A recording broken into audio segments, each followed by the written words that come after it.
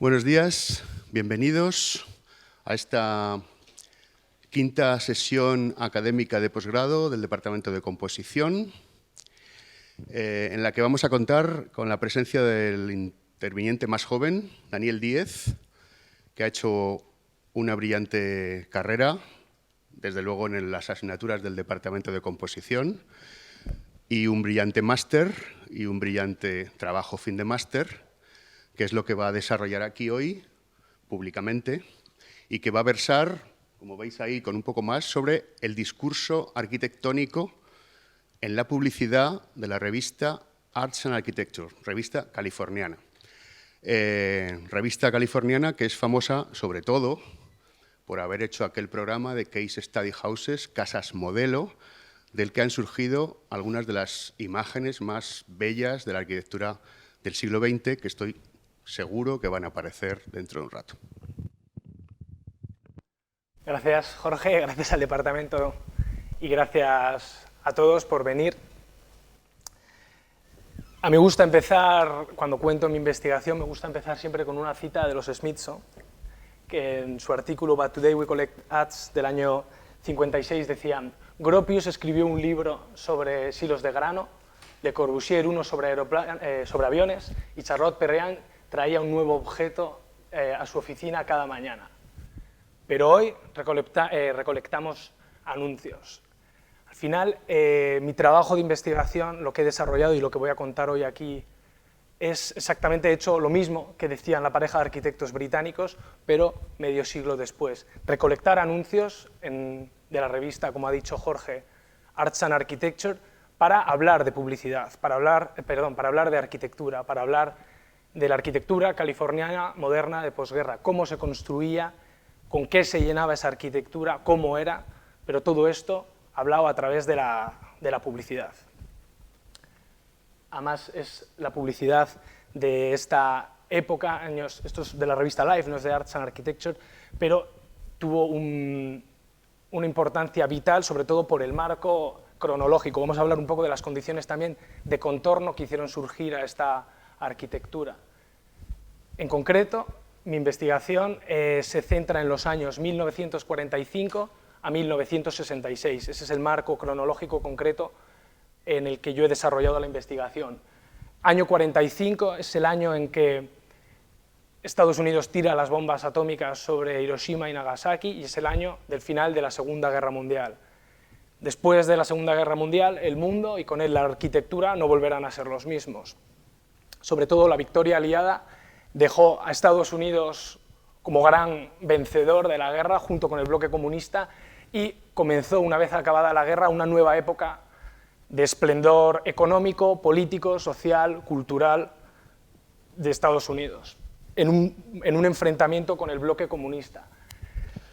Recordemos el acalorado debate de cocina que tuvo lugar precisamente entre los líderes comunistas a la izquierda, Nikita Khrushchev, y el entonces vicepresidente de Estados Unidos, Richard Nixon, que tuvo lugar precisamente en el interior de una cocina de un modelo de casa suburbana americana en el año 59 con motivo de la American National Exhibition que tuvo lugar en Moscú. Es decir, esto da idea, el debate que tuvieron ahí iba alrededor de que Estados Unidos quería mostrar los grandes logros de la civilización capitalista, de su modelo de gobierno, a los comunistas. Y sin embargo, lo que llevó allí, digo sin embargo, eso es lo que dijo Khrushchev, llevó aspiradoras, un Cadillac, lápices de labio, tocadiscos, una vivienda. Khrushchev se mostró decepcionado ante aquella exhibición de aparatos, y le cito textualmente, superfluos e inútiles. Sin embargo, la casa americana, sus posesiones, ese reflejo de una sociedad de consumo diversificada, era la mejor herramienta de lo que podía hacer Estados Unidos por su población. Era también, junto con la carrera espacial, probablemente, son los dos puntos de lucha entre Estados Unidos y los comunistas, además de ciertos episodios bélicos. Sin embargo, para entender qué ocurrió después de la Segunda Guerra Mundial, es fundamental también comprender qué ocurrió antes y durante la Segunda Guerra Mundial. Con el auge del nazismo, en el año 39, el presidente Roosevelt propulsó una serie de medidas para comenzar una carrera militar ante el inminente estallido del conflicto que ya se presentaba.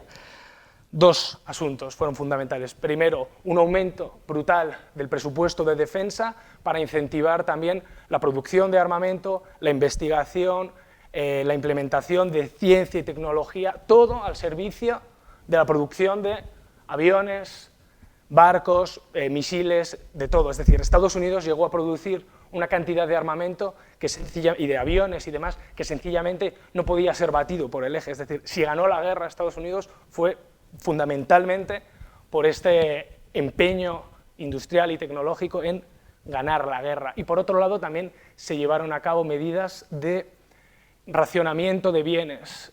Por ejemplo, el acero estaba, durante los años que duró el conflicto, su producción, su venta, sus precios, todo estaba totalmente controlado por el gobierno. Sin embargo, una vez acabó la guerra, estas medidas se suprimieron, se acabó ese intervencionismo del gobierno, se acabó ese incentivar tanto la industria para producir material. No obstante, todo ese esfuerzo hecho en los años de guerra no podía quedar ahora en vano. Así que se llevó a cabo una reconversión de todo el aparato militar, industrial, de producción militar más bien americano, en industria civil, en bienes de consumo. Esto es exactamente también de lo que habla esta imagen, de cómo la guerra y su relación con la vivienda. Uno de los problemas que más preocupaban ya desde la Gran Depresión, especialmente durante la guerra y evidentemente cuando ésta hubo acabado, fue el problema de la vivienda que arrastraba a Estados Unidos desde entonces. Es la época también de todos esos grandes logros de los que estábamos hablando. Estamos hablando de sistemas prefabricados, aire acondicionado, nuevos materiales, cadenas de montaje, todo eso que se desarrolló para construir aviones. Una vez acabada la guerra, toda esa tecnología se puso a disposición del sector inmobiliario. Es la época de las famosas Levittown, aquellas casas que se producían todas iguales, que luego tanto le interesaron a Venturi, esas casas que se producían todas iguales, como quien producía en una cadena de montaje un coche, así se producían las casas. O este ejemplo de Lakewood, que entonces era una ciudad aparte de Los Ángeles, hoy ya está totalmente integrado en el Gran Los Ángeles, en el que se construyeron 17.500 viviendas en menos de un año, en el año 1950. De tal manera, esto sí que es un anuncio de la revista de Arts and Architecture que explica muy bien cómo fue la tendencia del sector industrial inmobiliario durante los años que acabó, desde el estallido de la guerra a la inmediata posguerra. Case es una empresa que se dedica a la construcción de sanitarios, de inodoros, entonces está muy bien cómo ilustra los inodoros conforme crecen o decrecen, es la producción, es decir, el volumen de producción. Vemos que en 1941 es el váter, o el inodoro, perdón, del 100%. En 1941 es cuando estalla la guerra para Estados Unidos. En diciembre bombardean Pearl Harbor. En 1945 es el segundo, la producción está al 75% de los niveles de 1941. ¿Por qué? Por lo que estábamos diciendo, la industria americana vuelca todo su esfuerzo en la producción de armas y se deja un poco de lado, estamos hablando pues un 78% en el caso de esta empresa, la producción de viviendas. Sin embargo, en 1946 la empresa cerró con una producción del 130, es decir, un 30% más de los niveles de cuando estalló la guerra. Y para 1947, este anuncio es de agosto del 47, para 1947 estiman que andarían rondando el 190%, es decir, casi el doble de los niveles de antes de la guerra. Tengo aquí unos números que quiero compartir con vosotros. Entre 1940 y 1950, es decir, en esta década de justo desde el estallido de la guerra, 39, 40, 41, hasta el año 50, es decir, la inmediata posguerra, la población de Estados Unidos creció un 14,3% y se construyeron un total de 8,7 millones de nuevas viviendas en todo el país. Como media nacional, la construcción de vivienda creció un 23,6%.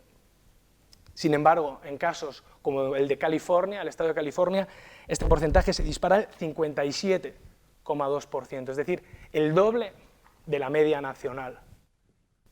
¿Y qué hacía tan especial el caso californiano?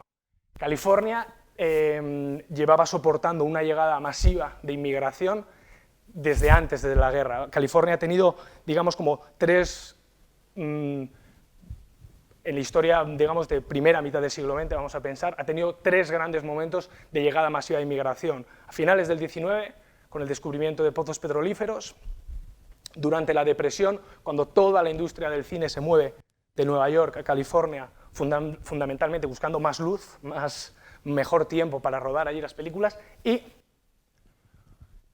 durante la Segunda Guerra Mundial y especialmente acabada la Segunda Guerra Mundial. En esto, de nuevo, tuvo un papel fundamental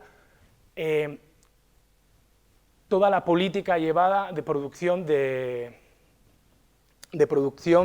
armamento. Parte de las políticas que explicábamos antes, propulsadas por Roosevelt, fue hacer un reparto a escala nacional de dónde se iban a producir qué productos. De esta manera, las ciudades del norte de los Grandes Lagos, Buffalo, Detroit, Chicago, eran industrias que más tradicionalmente siempre se habían volcado en la producción siderúrgica, metalúrgica. A California se llevaron empresas con un mayor contenido científico, tecnológico, empresas más innovadoras. Sin duda, la que adquirió más importancia y más relevancia fue la industria aeroespacial. Aquí vemos a mujeres, claro, porque los hombres estaban en la guerra, produciendo ojivas acrílicas para los bombarderos, si no me falla la memoria, A-20. Así que Los Ángeles, pero también San Francisco, también San Diego, también Long Beach, se llenaron de fábricas de aviones, también de barcos, porque además la costa oeste era la que tenía el enfrentamiento más directo con sus enemigos del Pacífico, es decir, los japoneses. Esto tuvo unas repercusiones en la industria de posguerra, en la industria de la construcción, también muy significativas. Estos dos anuncios son de la revista de Arts and Architecture, de la que hablaremos luego, en la cual a la izquierda vemos una empresa que se dedica a construcción de aparatos eléctricos y a la derecha uno de pernos, de ingeniería, de uniones. Utilizan como reclamo el esfuerzo que hicieron durante la guerra produciendo aviones y también los conocimientos que adquirieron, es decir, lo que hemos aprendido de aparatos eléctricos para hacer aviones o lo que hemos aprendido de uniones para hacer alas, para que un cacharro de no sé cuántas toneladas vuele, eso hoy por hoy nos va a servir para hacer vivienda, para resolver el problema de la vivienda.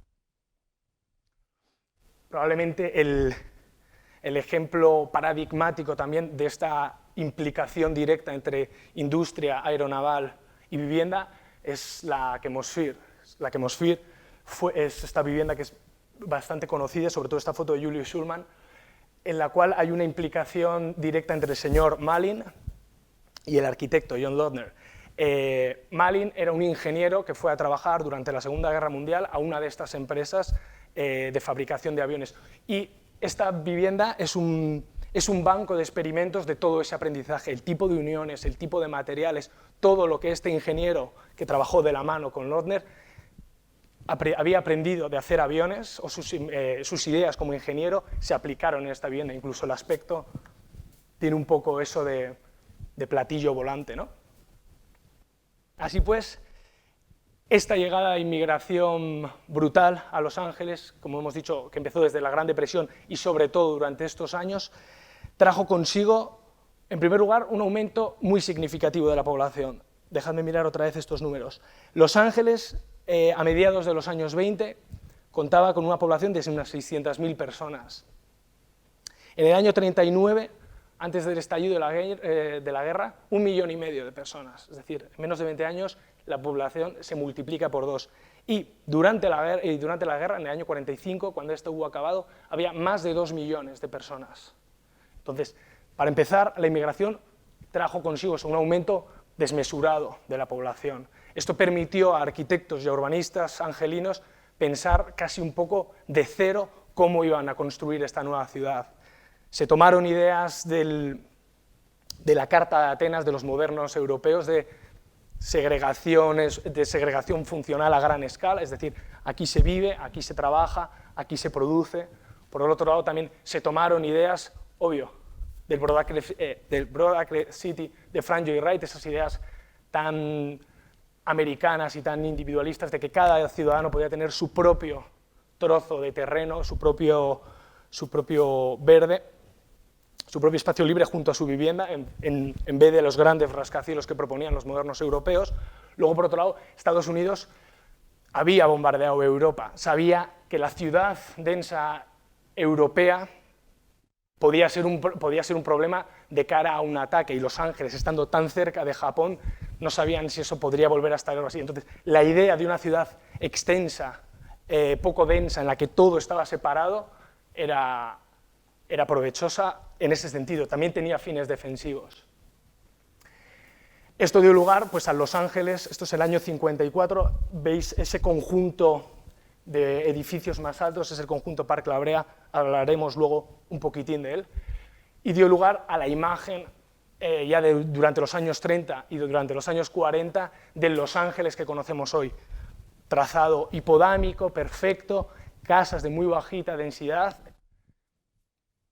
y solo algunos centros, digamos, algunos grandes edificios con otros fines, ¿no? En los años 50, la incorporación del vehículo, del automóvil, en la vida del americano medio, revalidó esta idea de este tipo de ciudad. No obstante, además de un significativísimo aumento de la población y de una nueva ordenación territorial, la inmigración en Los Ángeles tuvo consecuencias también sociales y culturales. Pensemos lo que hablamos antes del reparto geográfico de las tareas de producción. Pensemos que si en las ciudades del norte de los Grandes Lagos eran ciudades que lo que más demandaban era mano de obra barata, sobre todo lo que más llegaron fueron pues, negros emigrados desde el sur, por eso son ciudades con tanta población negra. El caso de California y de Los Ángeles era un poco diferente. La industria que se estableció ahí demandaba gente con preparación, demandaba arquitectos, demandaba ingenieros, gente con estudios.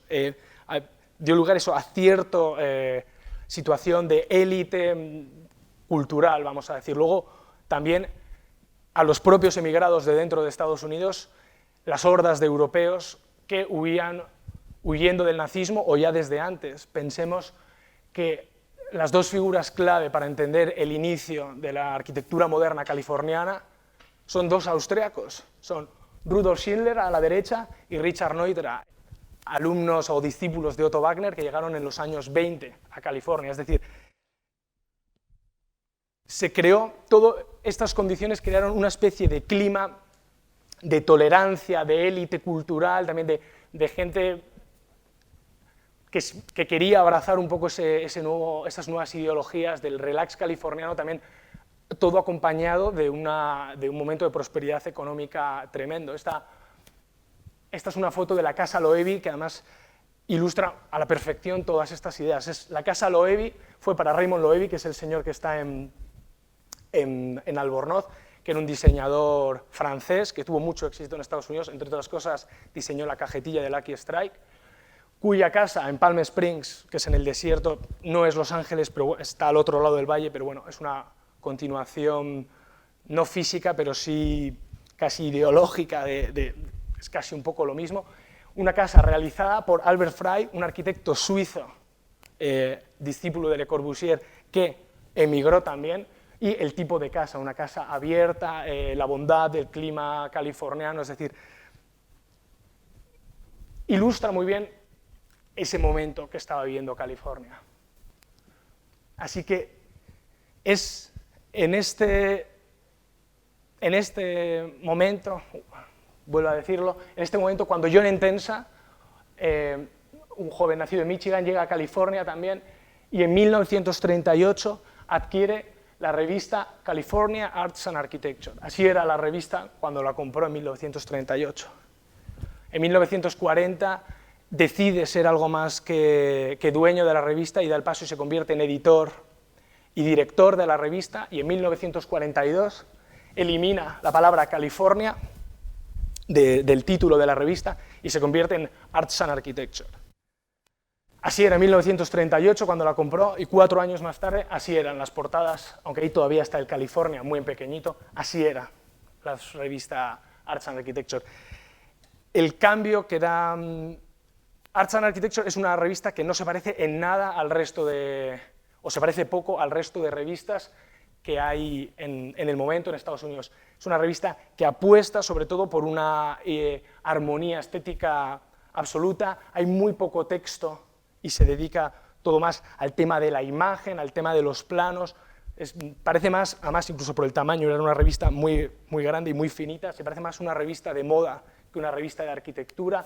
Cuenta además con los mejores diseñadores, con algunos de los mejores fotógrafos de la historia, como es Julius Schulman, el fotógrafo del programa de las Case Study Houses que decía antes Jorge, y el gran fotógrafo de la arquitectura moderna californiana, y además es una revista muy variada, es decir, se habla de arquitectura, sí, pero también se habla de fotografía, también se habla de diseño, de muebles, de telas, de cualquier cosa, incluso de arte, es decir, todo está en perfecta armonía y relación. Las portadas también son muy conocidas porque son siempre muy potentes, a todo color. No tiene nada que ver con otra revista, con el resto de revistas de la época, que igual estaban más centradas en otros asuntos. Esto se debe, sobre todo, a que Entensa entiende que el arraigo, su verdadera vocación es la de que la arquitectura moderna arraigue en California, o tenga un segundo arraigo, vamos a decir, y para ello cree que esto pasa. Él se atribuye cierta misión autopedagógica o pedagógica y pasa por la educación del arquitecto, del empresario, del cliente, del fabricante, de todo el mundo en una gran disciplina en toda la modernidad. Es decir, no es solo arquitectura, es arte, es mobiliario, es todo. Con semejante caldo de cultivo, con estas ideas, en enero de 1945, ya lo anuncia en la portada, pero anuncia el programa del Case Study House.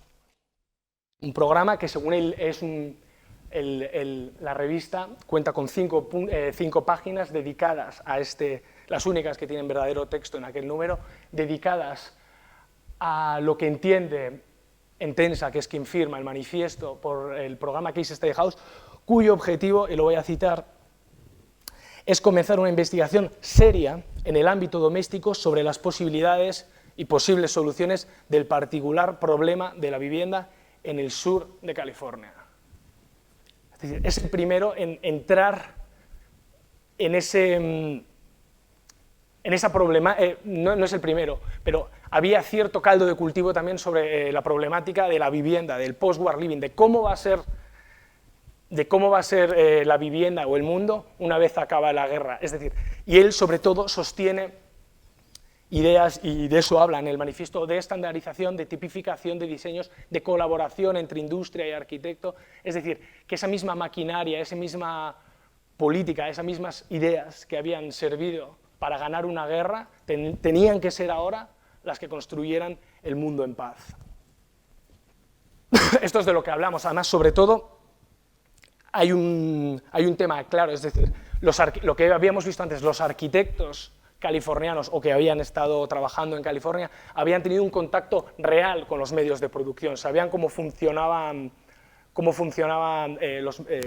la industria, porque habían trabajado para ella. A diferencia, digamos, de esa visión del movimiento moderno de periodo entre guerras en Europa, de una estética mecánica solo desde el punto de vista estético, lo que Charles Sims había aprendido moldeando la madera contrachapada para hacer tablillas ortopédicas para los soldados o moldeando colas de avión, era exactamente eso mismo, iba a servir para luego crear los muebles para Herman Miller en la producción que iban a llenar estas casas de la posguerra. Vamos a hablar del propio programa. El propio programa se asentaba sobre tres pilares, sobre 3 agentes clave, que es el fabricante, por otro lado la propia revista y el cliente modelo. Hablamos de cliente modelo sobre todo porque la idea es que son experimentos, es decir, es una investigación, lo que se ha hablado, claro. Se quieren investigar una serie de ideas que se van a poner en práctica en estos clientes modelo, pero el cliente final es toda California o todo Estados Unidos, ¿de acuerdo?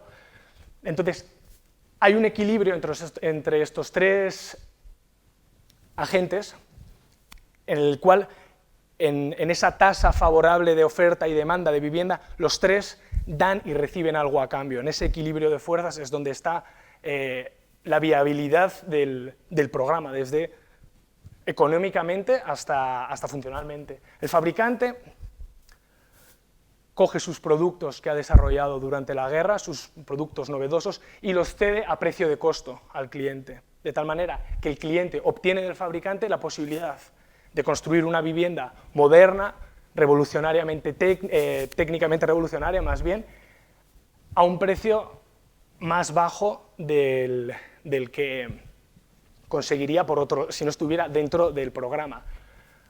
El cliente, a su vez, le sirve un poco de conejillo de indias al fabricante. El fabricante, en vez de tener, si desarrolla un nuevo sistema de impermeabilización, en vez de tener que hacer pruebas en su laboratorio si funciona o no, lo que hace es se lo pone a ese cliente en la casa y veremos si funciona o no. A su vez, el fabricante y Arts and Architecture paga, entre comillas, al fabricante por ese esfuerzo, dándole publicidad en su revista.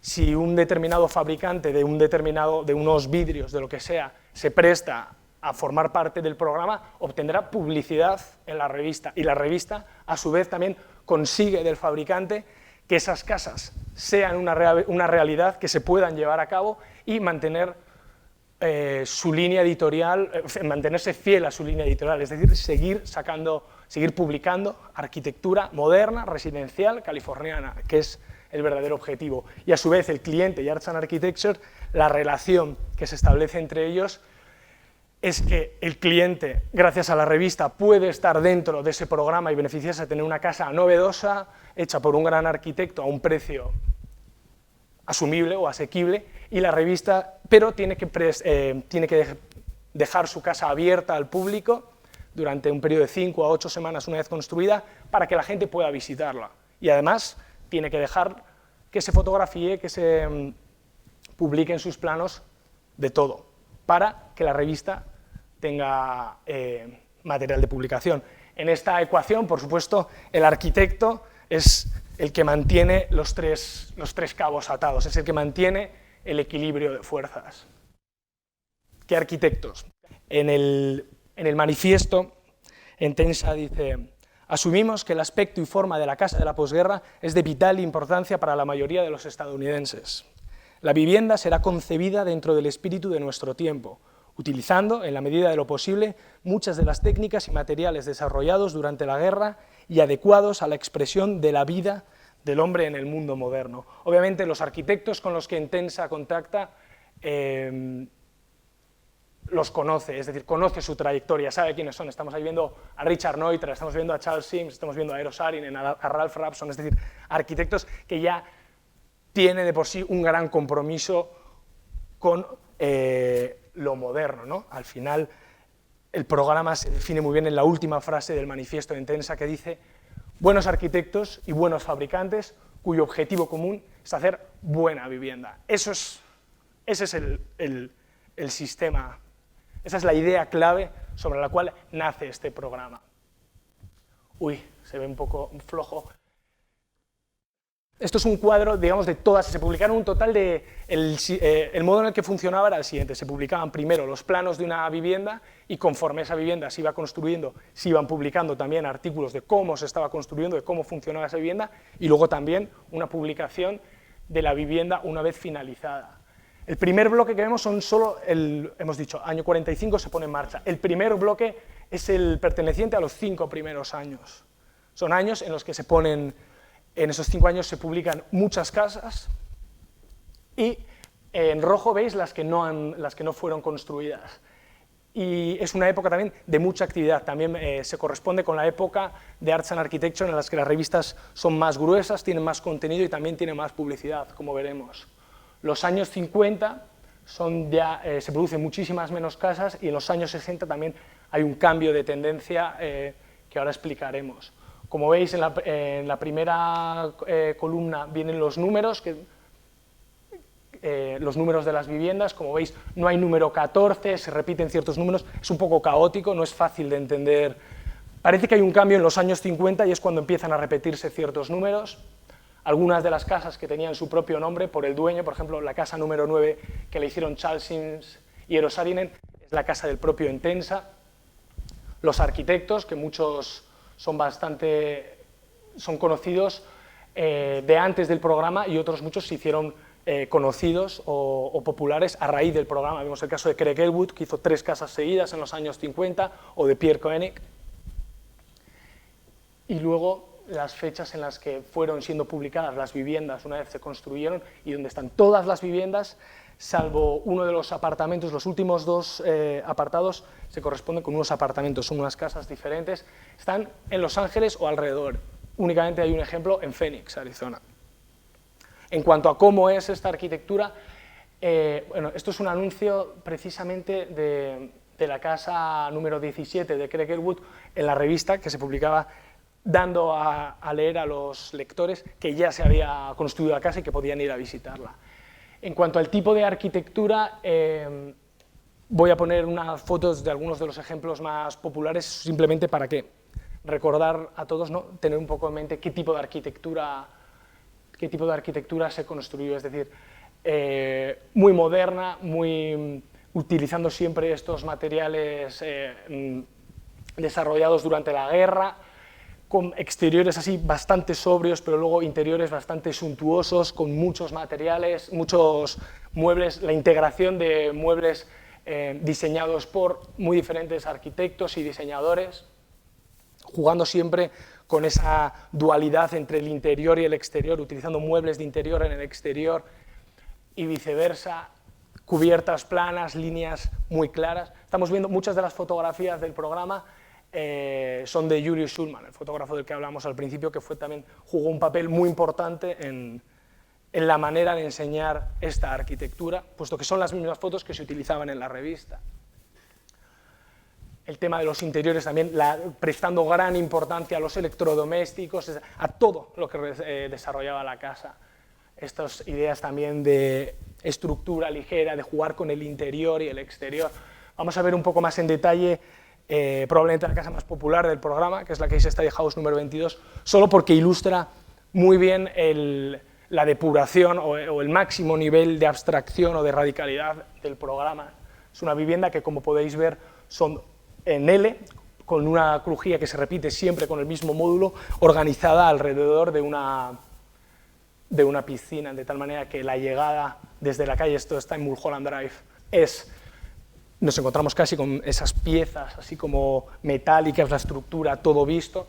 En el momento que vamos dando la vuelta, la importancia de la perfilería, esta conexión interior-exterior alrededor de la piscina y probablemente la foto más dramática de todo el programa, con esa casa que está volando sobre el cielo de Los Ángeles y toda esa utilización de materiales desarrollados durante la guerra, todo el tema de la inclusión del acero en la vivienda y demás. Esto hizo, claro, que las viviendas fueran mediatizadas antes de su construcción, durante su construcción y una vez construidas. Es decir, Bethlehem Steel, en el momento que empezó a apostar por el programa, por promocionar parte de estas viviendas, utilizaba invariablemente en su publicidad, pues, por ejemplo, las viviendas de Koenig que estábamos viendo antes, o sea, jugando en esa relación directa. Esto llegó a tal extremo que incluso la propia Bethlehem Steel se convirtió en la promotora de una de las viviendas. ¿Os acordáis de aquel esquema que veíamos de los 3 agentes? Es decir, fabricante y cliente modelo eran el mismo. Eso dio lugar, en el momento que el programa se fue cojeando o las fuerzas fue tirando más un agente que otro, todo hizo que se colapsara. Es decir, en ese sentido murió un poco de éxito, en tanto que se abandona el afán de investigar en vivienda y estas viviendas se convierten únicamente en un símbolo del poderío de una determinada fábrica o de construir arquitectura moderna por construir arquitectura moderna. esto hace que el programa fuera decayendo. De ahí que en los años 60, en ese sentido, las viviendas son de menor calidad que las anteriores, porque a este ejemplo de la número 26 de los años 60 se une, por ejemplo, también la casa esta es la última casa que se publicó en el año 66, sí, perdón, la última casa que se construyó en el año 66 y que se publicó también. Si os fijáis, todo está recubierto de ladrillo, es decir, la estructura que sería metálica estaba recubierto de ladrillo. Huelga decir que la promotora de esta vivienda fue la Pacific Clay Products, donde estaba la cerámica y el ladrillo en el suelo, que normalmente era de hormigón, pulido, en la estructura, todo. Es decir, se abandonó ese afán de investigación en favor de una manifestación de qué es la industria. Esta situación, en el momento, hizo que en el año 62 Entensa dejara la revista, pasó a dirigirla a David Travers, que continuó esta tendencia, que estos ejemplos que hemos visto son de la época de David Travers, y en el año 66 se publicó la última vivienda, se construyó la última vivienda, y en el año 67 la revista cerró. Año 66, paradójicamente también el mismo año de la publicación, el libro de Complejidad y Contradicción de Venturi, a un lado del Atlántico y al otro lado la arquitectura de la ciudad de Aldo Rossi, ¿no? Los dos grandes manifiestos postmodernos de reacción contra la arquitectura moderna. Entonces, es un programa en ese sentido que tiene un inicio muy claro, que es el año 45, y un final muy claro, que es el año 66, que es precisamente mi ámbito de investigación, lo que estoy investigando. Entonces, vamos a meternos ya con el tema de la publicidad estrictamente dicha, ¿no? Me gusta empezar también con esta cita: hacer negocios sin publicidad es como guiñarle un ojo a una chica a oscuras. Tú sabes lo que haces, pero nadie más se entera. Esto era la idea clara de los fabricantes también de la revista, es decir, si querían guiñar el ojo a las chicas, que eran todos los arquitectos californianos, tenían que hacerlo con bien de luz. Y tanta era la publicidad en Arts and Architecture. Este es el número de octubre del 46, es como si hubiéramos arrancado todas las páginas y las hubiéramos puesto ahí. En naranja vamos a ver lo que era publicidad. Más del 50%, sobre todo en los años 40, en los años más activos del programa, más del 50% de la revista es publicidad explícita al menos, porque luego también se podría hablar de la publicidad implícita dentro de los propios artículos, que además siempre mantenía esta estructura de sándwich, la revista, de pan de publicidad y luego el jamón, los contenidos dentro. Los anuncios, como estabais viendo en la imagen, con la imagen anterior, no siempre eran a toda página, podían ser desde anuncios a toda página, a doble cara, o anuncios muy pequeñitos. Mi investigación, o la idea de mi trabajo, sobre todo, era mirar todas las revistas en ese periodo, del año 45 al año 66, es decir, 239 revistas, más de 10.000 páginas de revista, y cuantificar los anuncios también en función de lo que he llamado cuota de anuncios, es decir, de superficie de papel, al igual que no es lo mismo derecha que izquierda, para cuantificar, para ver la importancia de la publicidad, es decir, cómo la publicidad refleja ese contorno, esa forma de construir esa arquitectura. Y con esto es un diagrama de la arquitectura, de la cantidad de publicidad dentro de la revista. Lo que se ve en gris es lo que es contenido y lo que se ve en naranja es lo que es publicidad explícita. Y ahí se ve también, como en esos primeros años de programa, de segunda mitad de los años 40, la publicidad es mayor, y luego cómo va decreciendo hasta los años 60. También determinar no solo cuánta publicidad hay, sino qué se anuncia, qué tipo de productos, demás. Todo este ejercicio me sirvió para ir viendo en cada número. Por ejemplo, ahí vemos, el número de febrero del año 46 tenía un total de 64 páginas, de las cuales están dedicadas a publicidad un 34, es decir, que un 53,3% de las revistas de publicidad. Y había 7 páginas dedicadas a mobiliario, 3,3 dedicados a prefabricados, etcétera. Es decir, hacer un estudio también serio de cómo la publicidad refleja esta realidad que hemos venido contando hasta ahora, ¿no? Esto es un diagrama de cuáles son los productos que más se utilizan en todo este periodo, de tal manera que vemos que el 27,5% de la publicidad en Arts and Architecture se dedica a mobiliario y a diseño de interior. Bueno, pues esto algo querrá decir. O el 10,6% se dedica a materiales de construcción prefabricados. Este tipo de conclusiones son los que servían para montar, digamos, todo mi argumento. Esto es exactamente lo mismo, pero cada anillo representa un año, de ese 45 al 66, de tal manera que también se ve tendencias de cómo se abren y cómo se cierran ciertos productos en función del momento. Así que con eso ya vamos a entrar a hablar un poco de las conclusiones a las que, o de qué reflejaban, cómo la publicidad refleja un poco todo esto que he venido contando hasta ahora. Así es como Arts and Architecture anuncia el final de la guerra, en agosto del 45, aún sin acabar, que lo que parece realmente un manifiesto de celebración, de congratularse por el final de la guerra, realmente es un anuncio financiado por el War Advertising Council, que fue un organismo creado por el gobierno que se dedicó a promover este tipo de anuncios para involucrar a la gente, a los ciudadanos en el esfuerzo a realizar para ganar la guerra. Pensemos que 17 millones de ciudadanos estadounidenses participaron en la guerra, es decir, estuvieron en el ejército pegando tiros, lo cual es el 14% de la población del país en aquella época. Entonces, esto creó mucha empatía con los soldados. Y sobre todo, el mensaje claro de esa reconversión de la industria militar en industria civil, de lo cual Arts and Architecture quería ser abanderado. Esto es un anuncio de CECO, que era una empresa que se dedicaba a la construcción de carpinterías de acero.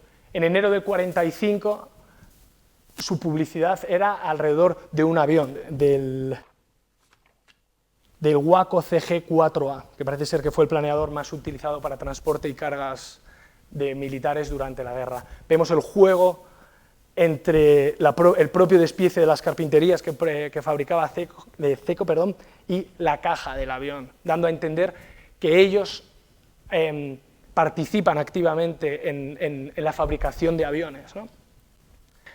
En marzo de 1945, también, CECO dice que no necesitaban ventanas en Guadalcanal, que lo que necesitaban eran pistas de aterrizaje, ¿no? De nuevo, hablando del esfuerzo realizado por esa empresa durante la guerra. Sin embargo, en noviembre, 2 meses, septiembre, octubre, en 2 meses después de la firma de paz, ya el discurso es totalmente diferente. Ya lo que nos están enseñando es un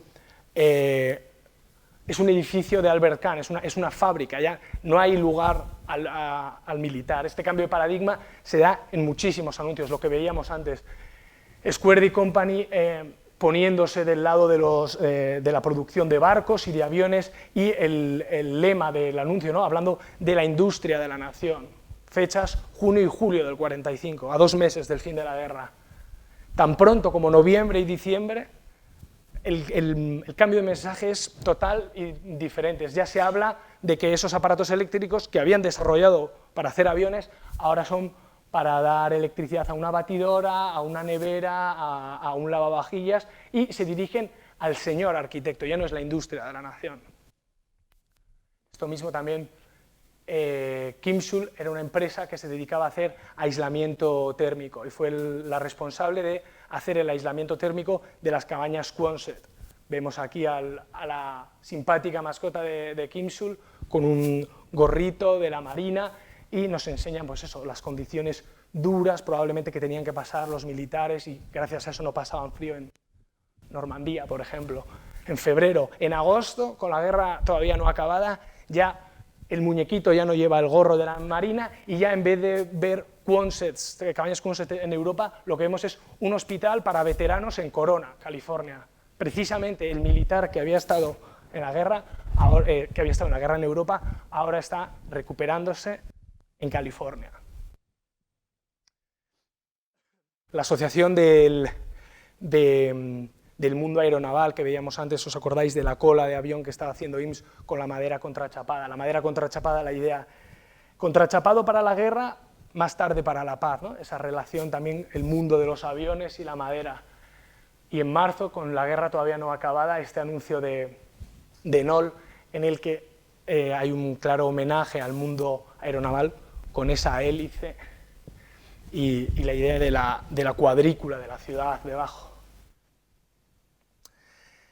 Así que está esa idea de la casa del mañana ya es hoy. Esa es una idea también en la que la revista incidía mucho y su publicidad también la refleja. Sobre todo el papel que jugarían los arquitectos de adalid del cambio, de la introducción, cómo iban los arquitectos a saber, a integrar toda esta nueva tecnología en las nuevas viviendas. Hay un tema que son los prefabricados, por ejemplo, al cual Arts and Architecture presta especial atención, ¿no? Esto es como se publicó la Package House de Waxman y Gropius, que bueno, era un sistema de una casa, ya lo veis, casa en la industria, una casa totalmente prefabricada. Podéis ver en la imagen de la izquierda abajo, podéis ver las piezas que servían para unir todo el sistema, cómo se fabricaba y demás. La portada de aquella revista, de la revista de aquel año, es esas mismas piezas con la creación de Adán, es decir, sí, de Adán digo bien, esa importancia a la prefabricación que otorga Arts and Architecture en los procesos para crear nueva arquitectura. Esto mismo aparece, por supuesto, muy reflejado en la publicidad. Hemos visto que es el segundo sector que más presencia tiene en la publicidad de la revista, después del mobiliario. Son todos estos sistemas de construcción rápida, es decir, apenas hay lugar para el hormigón, para el ladrillo, para sistemas de construcción, digamos, húmedos y más lentos, puesto que lo que prima es la velocidad. Además son anuncios siempre muy instructivos que muestran cómo ese sistema de muros flotantes, cómo se pegan las piezas y demás. Incluso los propios anunciantes crean anuncios que crean concursos, para que integren sus nuevos materiales en viviendas, que luego utilizan también como anuncios, es decir, crean esa relación, alimentan esa relación entre arquitectura y estos nuevos sistemas de prefabricación. La idea de la estructura, que hay que decir también que estas casas, el programa Case Study House, se construía en estructura de madera hasta bastante entrados los años 50, luego esa creencia, y eso además la publicidad lo refleja bastante bien.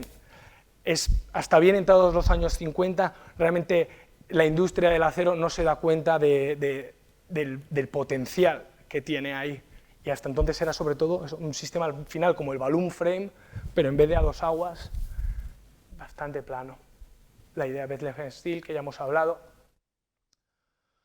Otra característica fundamental de aquella arquitectura, los grandes paños de vidrio, los grandes muros de vidrio transparentes que fomentan esa relación interior y exterior, pues también tienen una gran presencia. Esto se debe sobre todo al desarrollo durante la guerra de vidrios de doble capa, que son más aislantes, a carpinterías de acero o aluminio cada vez más finas, que permiten casi la disolución de la carpintería para fomentar esta continuidad.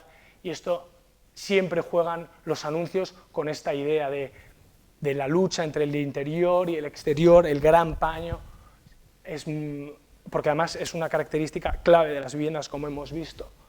O estos anuncios que recortan la vista a través de las carpinterías, que si me permites, Ramón, a mí me recuerdan bastante creo que son bastante deudores, ya no solo a la arquitectura, sino la propia forma de expresarse de los collages de Mies van der Rohe, ¿no? Esa es como la idea paradigmática también, un poco de la familia feliz y la vista del interior totalmente enmarcada, puesto que encima tenemos una cubierta plana y no hay nada. Si a esos grandes paños de vidrio en la ecuación le metemos el calor de California, pues obviamente hace falta aire acondicionado. ¿Y con qué se va a asociar el aire acondicionado? Pues con esta misma arquitectura fluida y demás, con el propio programa Case Study House. Sobre todo el aire acondicionado tiene bastante peso en publicidad, en la revista, durante los años 40 y principios de los 50. Vaya, pues luego os lo cuento. Otro asunto fundamental, el tema de los plásticos. Además, este anuncio de Tupperware con la mesa Tulip de Saarinen de plástico también guarda mucha relación. Ese material desarrollado durante la guerra, Estados Unidos, una vez acabada la guerra, tiene el petróleo a precio casi de saldo, es decir, cómo reconvertimos el plástico en industria para la vivienda. La idea que son nuevos materiales con nuevas características inexploradas hasta el momento, desde unas telas que no se pueden quemar hasta una pared que puedes lavar 10.000 veces o 25.000, fíjate, y está siempre nuevo porque al marido le ha dado por apuntar mientras habla por teléfono, ¿no? Pero sobre todo el plástico, ¿con qué se relaciona? ¿Qué permite? Permite la introducción del color en la vivienda, algo fundamental también para entender la vivienda de posguerra en Estados Unidos, el color, la capacidad de elegir, una idea también muy sostenida, ¿no?, por el tema de la democracia, de poder elegir ser libre para, bueno, ¿realmente para qué? Para si tus paredes son, si tu baño es azul o si tu cocina es roja. En ese sentido, Formica es el gran gigante y casi el único, es el monopolio del tema de la producción de plásticos en la revista, y sus anuncios invariablemente son en color, es decir, también un diálogo absoluto en la publicidad entre lo que te están contando y en cuestión también de pagar esa cuatricomía, que obviamente sería más caro que un anuncio en blanco y negro. Las pinturas plásticas siguiendo la misma idea. Así que con esto ya vamos viendo, ya tenemos muchas claves sobre cómo se construyen estas viviendas, cómo es esta arquitectura.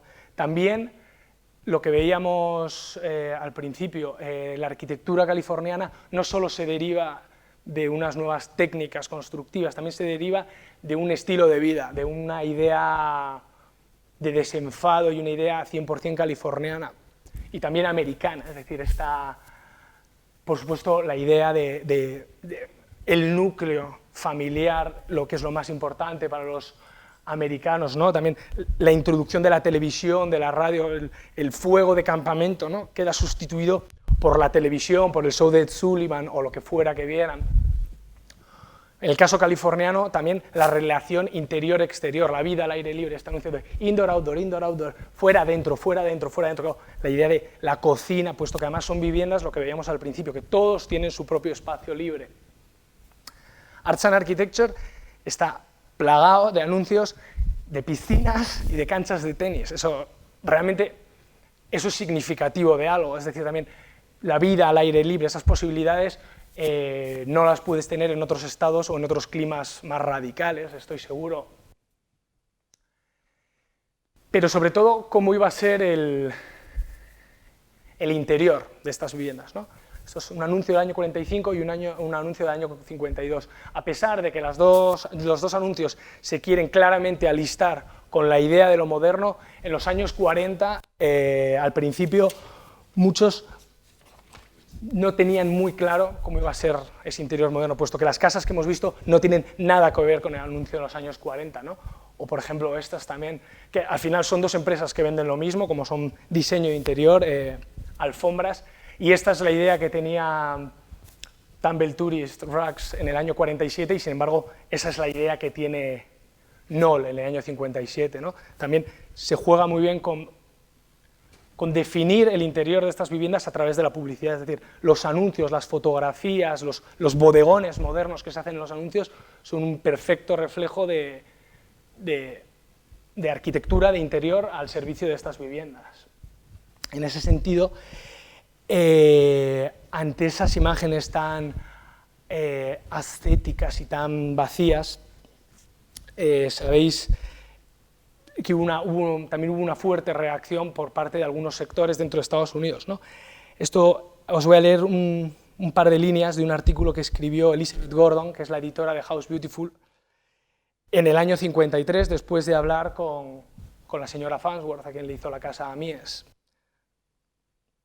El artículo se llama La amenaza a la América del futuro, y solo voy a leer algunas cosas. He hablado con una muy inteligente y ahora desilusionada mujer, que es la señora Farnsworth, que ha gastado más de $70.000 para construir una casa de una sola habitación que no es nada más que una caja de vidrio sostenida por postes de acero. y arremete contra los arquitectos. Existe un movimiento bien orquestado en la arquitectura, decoración y mobiliario modernos que promueve la mística idea de menos es más. Sabemos que menos no es más, es simplemente menos. Promueve el vacío desnudo e inevitable, la carencia de espacio de almacenaje y, por tanto, la carencia de posesiones. Comunistas. Ese era en el año 53, comunistas, además venían de Europa, comunistas, claro. Las páginas, pensemos todos en las ideas de la casa Farnsworth, desnuda, sin nada. Y así son las páginas de la revista de House Beautiful de Elizabeth Gordon, absolutamente todo lo contrario, un derroche de posesiones, de alegría, no hay nada, todo además muy inclusivo, es decir, ahí caben diseños de todo, la idea, esta es la idea clave, ¿no? Y en ese sentido, la lectura moderna de los californianos realmente tiene mucho que ver con las ideas de Gordon, ¿no? Esto es la portada de la revista Los Angeles Times Home Magazine, del suplemento del periódico, que hablaba de preguntaba, ¿qué es lo que convierte el look californiano? ¿O qué es el look californiano? Y había una frase que lo define muy bien, que dice, es una combinación abstracta de colores brillantes, originalidad en los acabados y sencillez en el diseño, lo que caracteriza al look californiano. Y lo acompañaba de este gran bodegón moderno con cosas de Van Keppel y de Green, de los Sims, de Saarinen, una parrilla con absolutamente de todo. Es decir, un modelo mucho más, no tan elitista o no tan exclusivo como el anterior, sino un modelo mucho más inclusivo, ¿no? Ahí va. Y en ese sentido la casa de los propios Sims es claramente la mejor simbología de eso, es decir, nada que ver con desnudez o con carencia de posesiones, madre mía, carencia de posesiones, no cabe nada más, ¿no? Pues eso es algo que quedará muy patente en la publicidad de Arts and Architecture, por esto que decíamos que el mobiliario y el diseño de interiores es lo que más peso tiene en la revista, siempre además acompañado de fotografías en las que ilustran la gran cantidad, la gran oferta de productos con los que uno puede llenar su casa, ¿no? Los anuncios de las los reportajes de las Case Study Houses se le concedía tanta importancia a la sección, al detalle constructivo y a la planta, yo diría que se le concedía menos importancia que a la lavadora, al reloj de Nelson, al estuche para los puros o a la caja fuerte, es decir, todo es importante. La arquitectura de las Case Study Houses es imposible entenderla vacía. Eso es una clave que la revista y la publicidad está dando todo el rato pistas de cómo tiene que llenar usted su casa moderna americana, ¿no?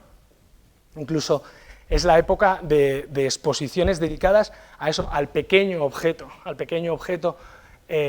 como esta es la portada del catálogo de la exposición que tuvo lugar en el Pasadena Art Museum.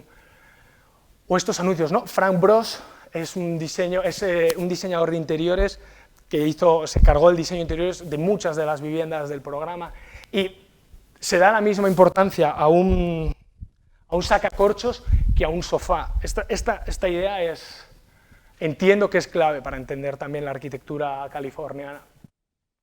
O que me gusta mucho, que es Frank Bros, ofertaba unos muebles en el año 49 que eran de diseño sueco y te venían desmontados en una caja de cartón muy plana y todos se unían con un mismo tipo de tornillo. No sé si a alguien le suena esto, pero vamos, en el año 49, ¿no? En fin, y sobre todo eso, la gran oferta ajustada a la demanda. Si Nixon le decía a Khrushchev en el debate de cocina, nosotros no necesitamos un funcionario del gobierno que nos diga qué tenemos que elegir, nosotros podemos elegir qué tenemos que poner en nuestra casa, nosotros podemos elegir, de tal manera que Herman Miller dice, ¿quiere usted una silla? Tome sillas. ¿Quiere usted una mesa? Tome mesas. Eso mismo, el color de lo que hablábamos antes, también esa capacidad de elegir al servicio de ese anuncio de Knoll que me parece estupendo, ¿no? La misma silla, pero ya no es la misma porque hay esa variedad de colores, de acabados, de texturas, o este otro de cómo son las sillas, de las patas de la silla, como ese bosque de sillas, todas y cada una de ellas totalmente diferentes. Esto, claro, para un moderno de antes de la guerra era impensable. O meter, imaginaos que en la casa Tugendhat a Mies le dices que que le quieres meter una silla de otro diseñador, pero bueno, eso...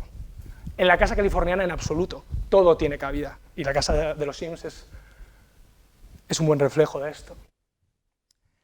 Además, lo que veíamos al principio de las portadas con ese gran valor gráfico, esa potencia estética, esto también contamina a los anunciantes que cuentan con los mejores diseñadores gráficos del momento y hacen composiciones, sobre todo los diseñadores de muebles, puesto que son los que más presencia y los que más apuestan en la revista, como esta composición con la silla Coconut de Nelson, o esto otro donde es la misma silla de los Sims, pero con esos diferentes cambios y matices de Herman Miller. Y luego el valor estético del anuncio, de la publicidad. Un anuncio de alfombras puede parecer un cuadro suprematista. En Arts and Architecture eso es posible, no hay por qué hablar del valor de la alfombra, tiene que entrar por el ojo, tiene que estar en diálogo, muy probablemente era el anuncio de la parte trasera y estaría en diálogo con la propia portada de la revista. Esto es así porque hay un control, porque la publicidad sea así. O eso, los muebles colgados como de un móvil de Calder, ¿no? O este anuncio de Herbert Matter para Knoll, el cual Knoll era neoyorquina, pero todas las texturas diferentes son tan diferentes como el skyline neoyorquino. Este juego de composiciones es muy divertido. Luego, fijaos y notad las fechas, claro, el póster que hizo Saul Bass para Anatomía de un asesinato es del año 59 y se despieza el cuerpo, ¿no? Y va apareciendo, y si os acordáis de los créditos, cómo van apareciendo las manos y los brazos y demás, eso mismo, para montar esa cómoda de Nelson, lo mismo, las mismas piezas desmontadas, incluso hay un paralelismo en el color bastante evidente. O este anuncio ya bastante tardío de Knoll, del sillón Barcelona, en el que se llama la atención sobre esa composición que probablemente es bastante deudora del espíritu artístico que había en California en aquel momento, con los pintores del Harrods Painting. Y por supuesto, arquitectura en los anuncios, además de todas estas composiciones, mobiliario, se usan arquitectura real, arquitectura de autor, arquitectura de Sohm, arquitectura de Yamasaki y, obviamente, arquitectura californiana, arquitectura hecha en California. Luego, además, lo que hablábamos antes de la publicidad explícita e implícita, Arts and Architecture desarrolla un sistema invariablemente en sus revistas, que es cada vez que habla de un determinado proyecto en esa revista, hay muchos anuncios que tienen que ver con ese mismo proyecto, de tal manera que se crea esa misma relación, ¿no? Por ejemplo, vemos aquí las oficinas de móvil en Los Ángeles, el mismo número en abril del 49 que se publica la construcción de este edificio, hay hasta 4 anuncios utilizando ese mismo modelo, de tal manera que uno ya sabe el tipo de materiales o de qué marcas son para construir ese edificio, ¿no? ¿Os acordáis que cuando vimos la foto aérea de Los Ángeles sobre el conjunto ese de edificios muy altos, que era el edificio de Park La Brea?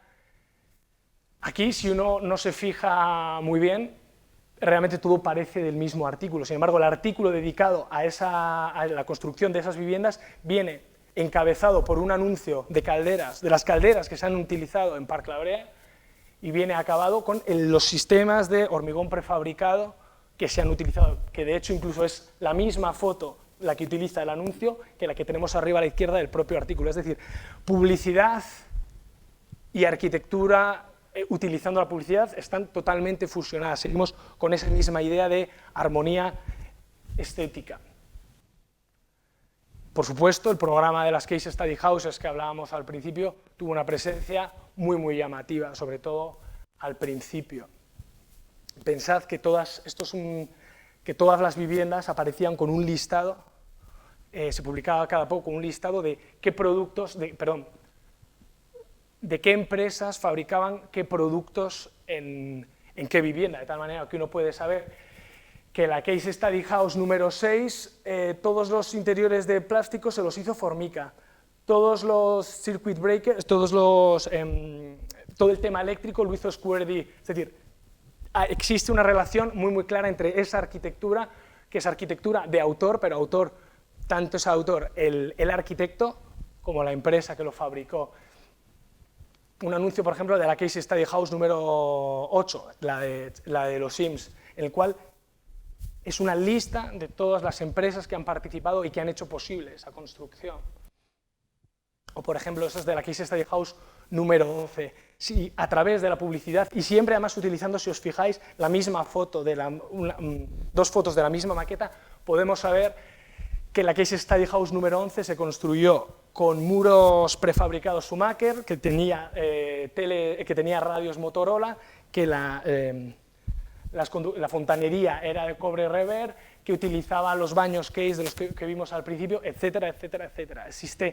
Claro, puesto que eran empresas que habían no donado, pero sí habían dejado sus materiales a precio de costo. Entonces, este era el cambio que obtenían de la revista, lo que veíamos antes en el ejercicio a 3 bandas.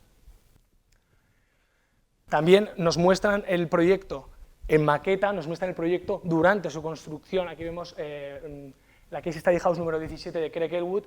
Esto no es Bethlehem Steel, todavía no se había metido fuerte, sino entonces está todavía United States Steel, en el que muestra cómo se resuelven esos nudos, esos encuentros de vigas con pilares metálicos, cómo se está construyendo esa vivienda y cómo quedará, que es el propio dibujo presentado por Elwood.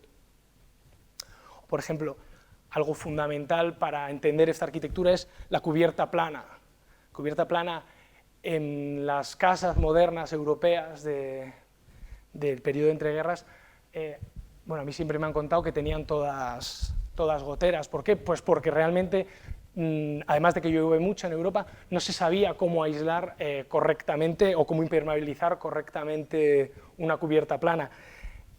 Las Case Study Houses estaban siempre impermeabilizadas por esta marca, por PF, de tal manera que PF, durante los años 40 y al principio de los 50, la contraportada de la revista siempre era un anuncio de PF asociado a la casa que estuviera haciendo en aquel momento, de tal manera que la asociación entre cubierta plana, impermeabilización y marca era total.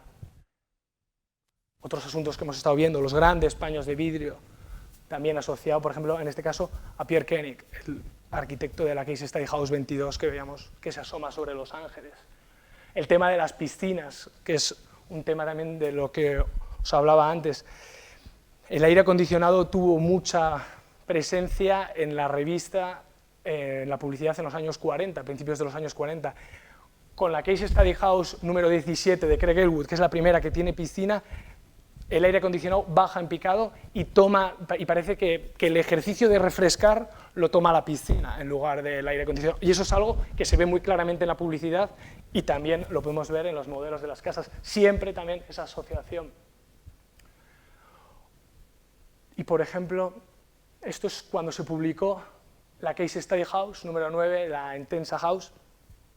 Estas son fotos del interior, fotos de Julius Schulman de la casa. La asociación directa entre publicidad, entre el fotógrafo que hace el reportaje de la vivienda y hace la publicidad, es tan inmediata como esto. Es coger la misma foto y ponerle el cromo de Frank Bros y la traducción es inmediata. Entonces, eso es también una idea que quería transmitir en la revista, que no es solo la cantidad de publicidad en anuncios, sino que publicidad, contenidos de arquitectura y también los otros contenidos artísticos de la revista van de la mano y son todo uno.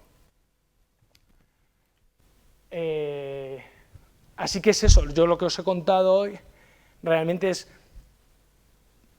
o espero haberos transmitido, la idea de haberos hablado de arquitectura californiana, moderna, de posguerra, de cómo se construye, de cómo se llena, de cómo se vive esa arquitectura, pero sobre todo el discurso construido a través de la publicidad, ¿no?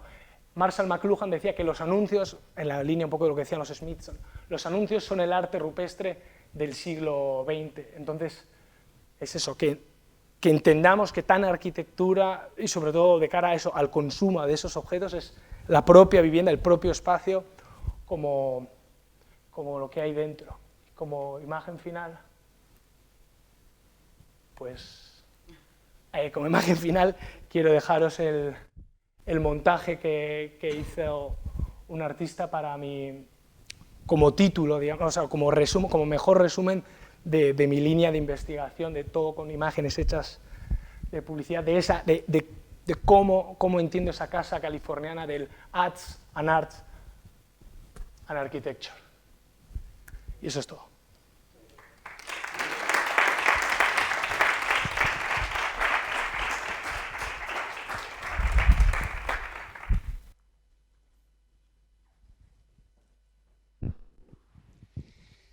Enhorabuena, Daniel, has hecho un trabajo brillante y una exposición espléndida. Y esto merece un pequeño debate posterior. Así que, naturalmente, la palabra está en el aire. Yo quería iniciarlo diciendo que llevaba buena parte de la exposición pensando en una idea que has dicho justo al final, que algo que me resulta un poco inquietante incluso. Algunas páginas de la revista se pueden convertir en anuncio solo con añadir el logotipo. Y eso significa que no solo la foto, incluso el texto, la composición, todo. Y es con lo que has acabado, lo cual me ha hecho mucha ilusión. Parte de las conclusiones de Daniel en su trabajo es exactamente como ese flujo de publicidad en ese primer diagrama que hace en la revista en los años 40. La publicidad es explícita, al final, que aparentemente la publicidad es menor, porque es implícita, está metido dentro de los anuncios. Y en ese final lo estamos viendo justamente cómo el anuncio, como tú has dicho, le colocas el logo y se convierte en un anuncio, pero es que la propia foto, la propia casa es un elemento de publicidad. A mí en esto, que sabes que te he pedido que ahora, ya en lo que sigas a partir de ahora, insistas en eso y en esa figura que a mí lo que tengo ganas de ver a través de tus ojos es esa figura de Entenza. Sabes que yo tengo mucha curiosidad por la figura de John Entenza, porque a mí me recuerda muchísimo a David Selznick, o sea, al gran productor de Hollywood que se dedica a producir otro determinado tipo de películas y sale Lo que el viento se llevó. Y ese entendimiento de Lo que el viento se llevó, aquí Lo que el viento se llevó es la arquitectura moderna y es California, y es la imagen de la arquitectura, pero producida por alguien y utilizando la revista, y es magistral como vas contándolo. Es utilizando lo que es toda la sociedad capitalista y todos los instrumentos de la sociedad capitalista para producir la imagen de una arquitectura y un determinado tipo de arquitectura. A mí me pone los pelos de punta ese final que estás haciendo con todos los anuncios de las impermeabilizaciones y del techo plano, pero es que el ideal de la casa en el primer anuncio que la publicidad está colocando de la pareja del militar y la otra soñando cómo va a ser su casa, es una casa a dos aguas. Es una casa a dos aguas y de estructura balloon. Y terminas con una casa plana y prácticamente en estructura metálica en toda la historia. Enhorabuena, de verdad, he asistido a esto en todo el procedimiento, pero cada vez que lo cuentas y cada vez que lo veo, me interesa más el tema y esta construcción de la imagen de California y cómo la publicidad está contando lo que es la arquitectura. A mí me interesa desde el punto de vista de documentación.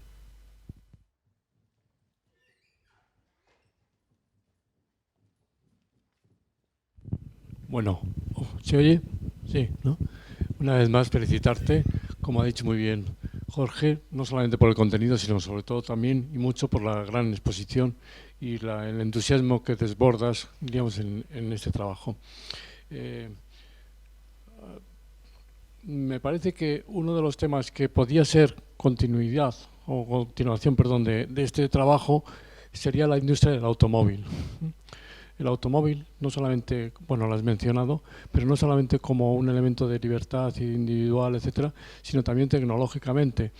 Los automóviles de los años 50, 60, con los vidrios curvados, con toda la tecnología del aire acondicionado, la climatización, las luces, los parabrisas, el hacer el amor dentro del coche, las casas dentro del propio coche, la movilidad, todo este mundo que... como bien decías también del color, ya sabes, creo que lo conocerás, pero la famosa frase de Ford, por fin el cliente siempre puede elegir el color de su coche siempre que sea negro. Ahora ya no es negro. Aparece James Dean, todos los artistas, el cine, a través de los coches tan maravillosos y preciosos, de esas grandes aletas, de la sensualidad, en fin, esa correlación. El vidrio curvado se utiliza antes en el automóvil que en las viviendas y no se lleva a cabo en las viviendas hasta mucho más tarde. Entonces, todo este mundo, toda esa filosofía, esa forma de vida de la caravana, en fin, trasladarlo también al mundo de la publicidad y al mundo de... Me parece que es muy importante, ¿no? Ford se salva no solamente por la guerra, sino también por la famosa construcción de la pick-up de 1956, que le libra de la crisis con Chevrolet y con otros magnates de la...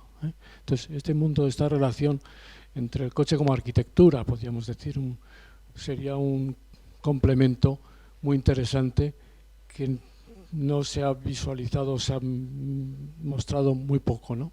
Y que seguro que lo habría también, garajes, etcétera, ¿no?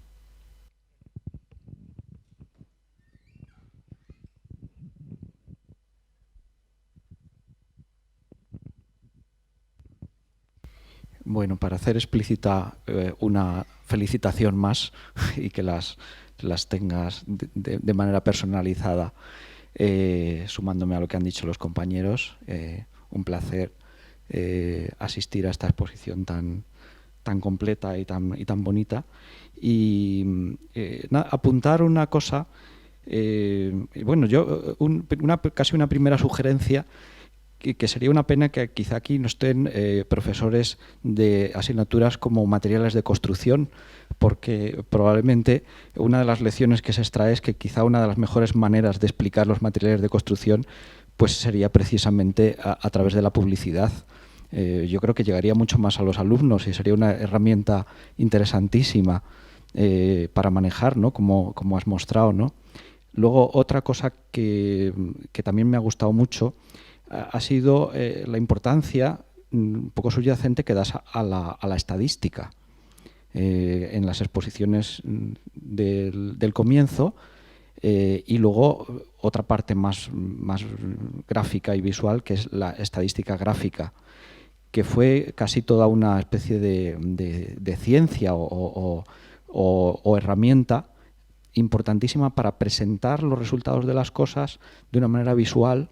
Había toda una teoría al respecto del aspecto, digamos, educativo, de instrucción de las masas que tenía la estadística gráfica, de la cual era un ejemplo bellísimo el de los inodoros que has puesto, ¿no? En su forma un poco más moderna. La estadística gráfica tuvo un éxito tremendo, o por lo menos se potenció muchísimo en los años 30 y un poquito al final de la guerra, pero eso fue, digamos, sus años de oro, ¿no? Pero incluso, aunque no lo has hecho tan explícito, pero las representaciones, digamos, estadísticas de la propia revista, yo creo que las revistas necesitan estadística para entenderse, y eso lo has mostrado muy bien, ¿no? Yo he trabajado con temas de revistas de esta época, de épocas anteriores, entenderlas en su conjunto, y la verdad es que esto, mostrarlo visualmente, creo que es otro de los aciertos, y además creo que te puede seguir dando muchísimo juego para profundizar en diversos aspectos, ¿no? Creo que la estadística también está un poquito olvidada. Debe de ser una herramienta, yo creo que incluso para el estudio histórico de la arquitectura, en la publicidad o en las revistas es patente, pero incluso conocer porcentajes de cuánto de una arquitectura es prevalente o no es prevalente, traducido a números, lo olvidamos y no sabemos a veces un objeto, no sabemos si es único, si es representativo de muchas más cosas, cuánta arquitectura moderna se construyó en una determinada época, si de verdad barrios de arquitectura moderna fueron predominantes en épocas en que lo parece, o qué porcentaje tuvieron.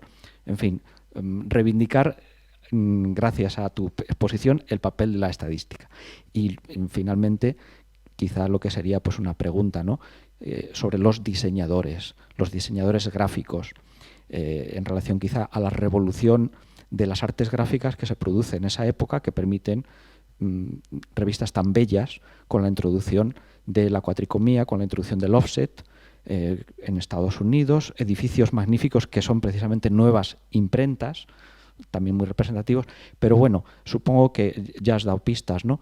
Pero si quieres incluso decir algo sobre los diseñadores de la revista, los diseñadores gráficos de la revista, que seguramente que es muy interesante.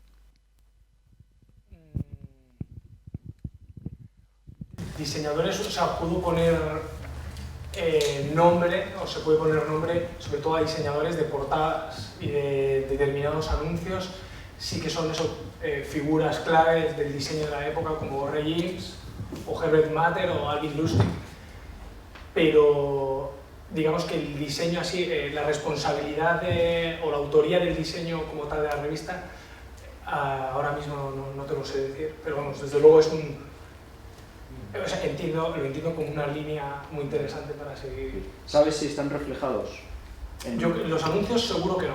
Yo no sé si habrá un editor... O firmas, a veces hay firmas. No, rara vez. No. Hay algunos, eso, por ejemplo, el que he enseñado de Nol, que eran los edificios forrados de textura de sofá, vamos a decir. Ese sí, porque es de Herbert Matter, que igual es el más conocido de la época y se ha hecho incluso un documental sobre él y demás, y sí ves imágenes. Y las portadas, sí. Las portadas casi siempre están firmadas, pero los anuncios, no. Hasta donde yo sé, no. Pero desde luego... ¿Y el diseño gráfico de la revista sí tiene responsable? Hay un responsable, pero sí. Sobre todo siempre siempre se le otorga a Intensa mucho peso a la hora de decisión y de maquetación y demás. Y siguiendo con la observación que has hecho antes del tema de las estadísticas,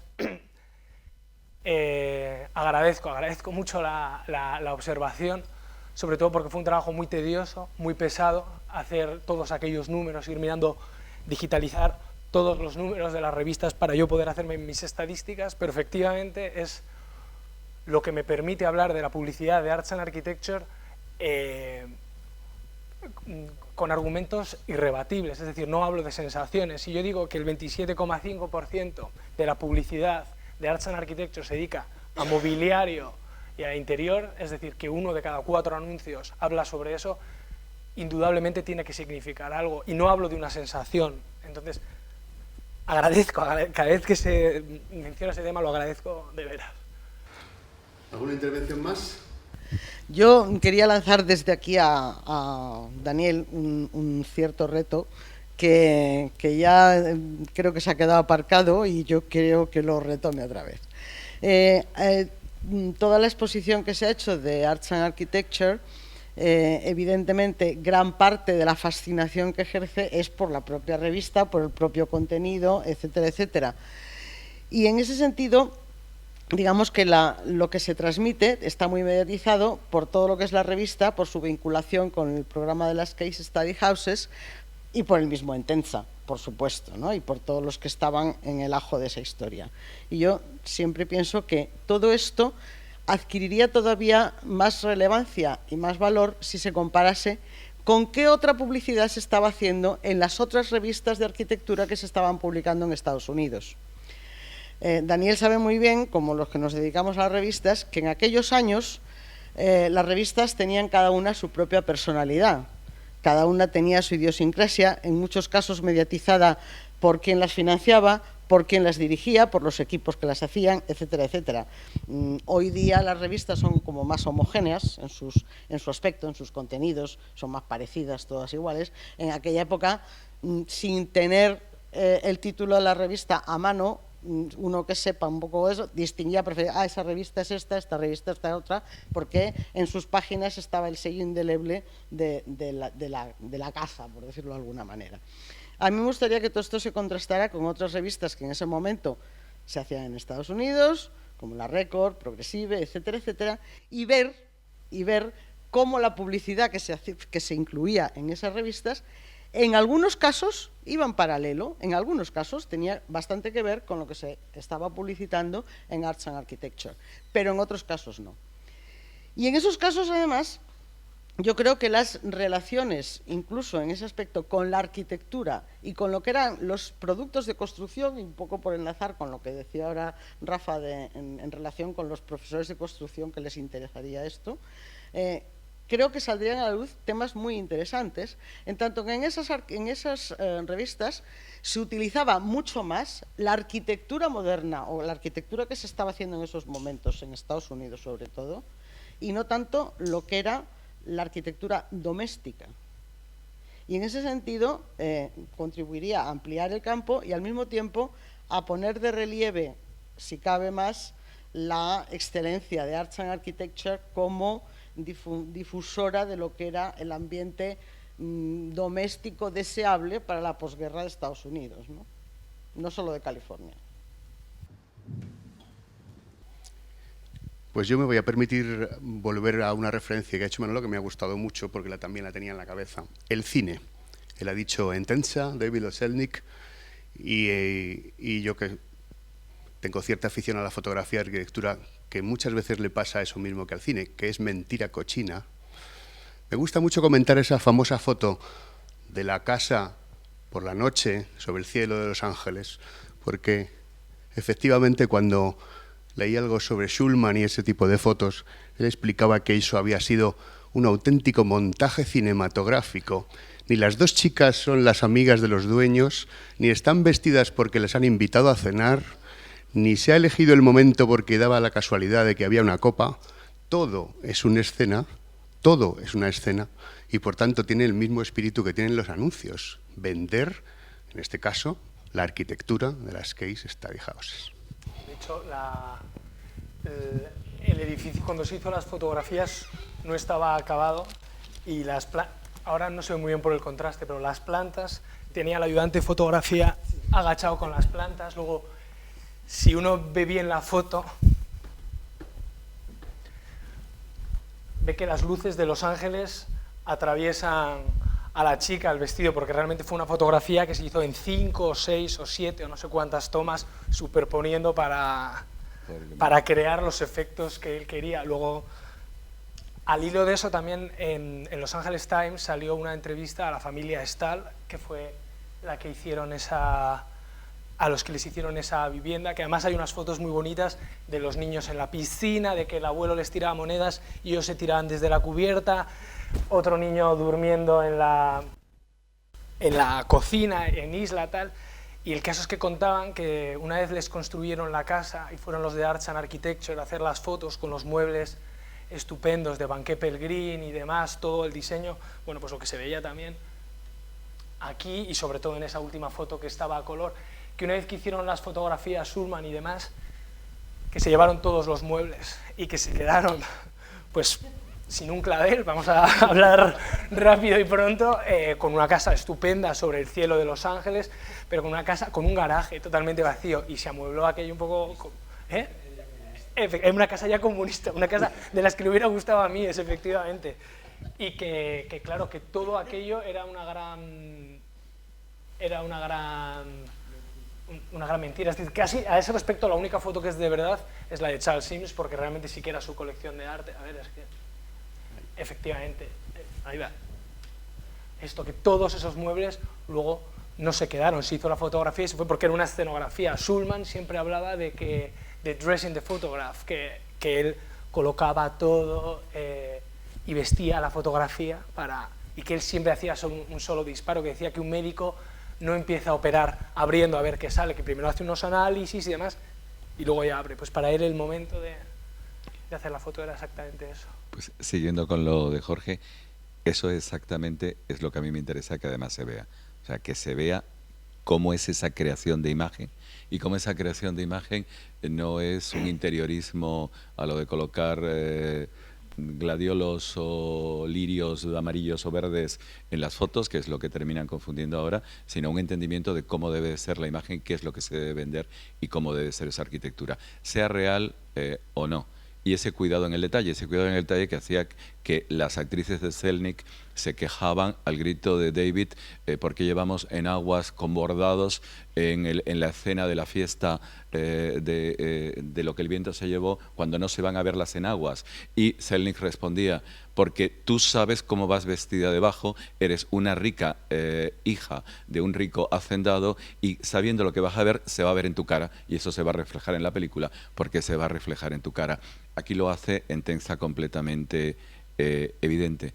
A mí en la figura de Entenza además hay una cosa que me divierte mucho y además hoy lo has puesto más que en otras ocasiones, sobre todo porque, de verdad, a ver si en el departamento alguna vez cambiamos esa estúpida regla de los 20 minutos para contar un trabajo fin de máster que no se cuenta absolutamente nada. Y aquí sí lo has podido contar bien. Podemos ver la casa de Entenza y podemos ver la simplicidad espartana de la casa de Entenza que elige probablemente a los dos mejores arquitectos que hay en ese momento, en esa construcción. Está haciendo Saarinen e Inns, están haciendo la casa de Entenza, y ese espacio interior absolutamente suntuoso de la casa de Entenza. Y esa elección y esas fotos de la casa de Entenza que de verdad explica exactamente lo que está queriendo y cómo lo está queriendo y cuál es el tipo de arquitectura. O sea, puede firmarlo cualquier gran arquitecto ese espacio y ese entendimiento. Es una casa que cuando la ves por el otro lado, cuando la ves por el exterior, es prácticamente un cobertizo y es prácticamente una casamata. Es interior y luego la vista. Ya que estamos con cine, vámonos también a otra cosa, que es intentar ver también en tu trabajo el cine cómo va a estar reflejando en esa imagen de la arquitectura de California y si esto tiene una traducción directa. Enhorabuena, de verdad, es un grandísimo trabajo, será una grandísima tesis. Si no hay nada más que decir, enhorabuena de nuevo a Daniel y hasta pronto.